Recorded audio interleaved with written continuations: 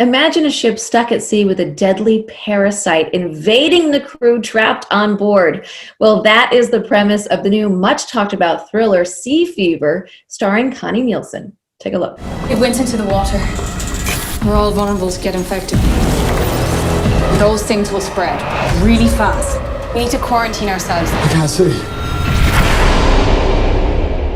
I want you to test all of us. And Connie is here to talk with us now. Connie, it's so good to see you. You look beautiful. Thank you. Thank you so much. I mean, it's homemade, right? I know.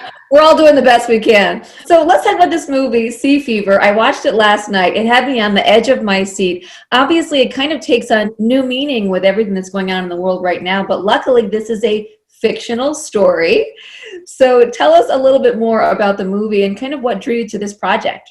You know, it's all too rare that you see a really, really well-written script where it's genre, of course, so there's a thriller element, there is a horror element, but at the same time, the characters are beautifully drawn. I grew up myself in a fishing community, and I've seen with my own eyes how these changes on fishing quotas have devastated entire fishing communities, and to make a beautiful film like that is really scary and really exciting, but at the same time throws a really honest look at communities and what they're dealing with, was like just a beautiful thing.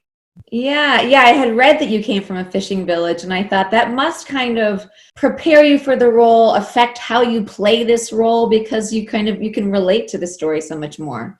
I just felt an immediate kinship with the people that we were playing, but also the people we were working with when we were preparing. Yeah, so let's talk about Freya for a minute, how she kind of deals with this imminent danger to her and her crew. She's stoic, she's calm, she is a leader, but at the same time, she's a partner, she's a mother, she's a friend. She's incredibly protective of her crew, which are basically mainly family members. Yeah. So when they run into trouble, that comes out. I understand that this was a relatively small budget, but it really this film takes you on such a journey. So what was the whole filming process like for you? It was one of those beautiful films that you do where the whole team, we just got along so great, and we just all hung out on set.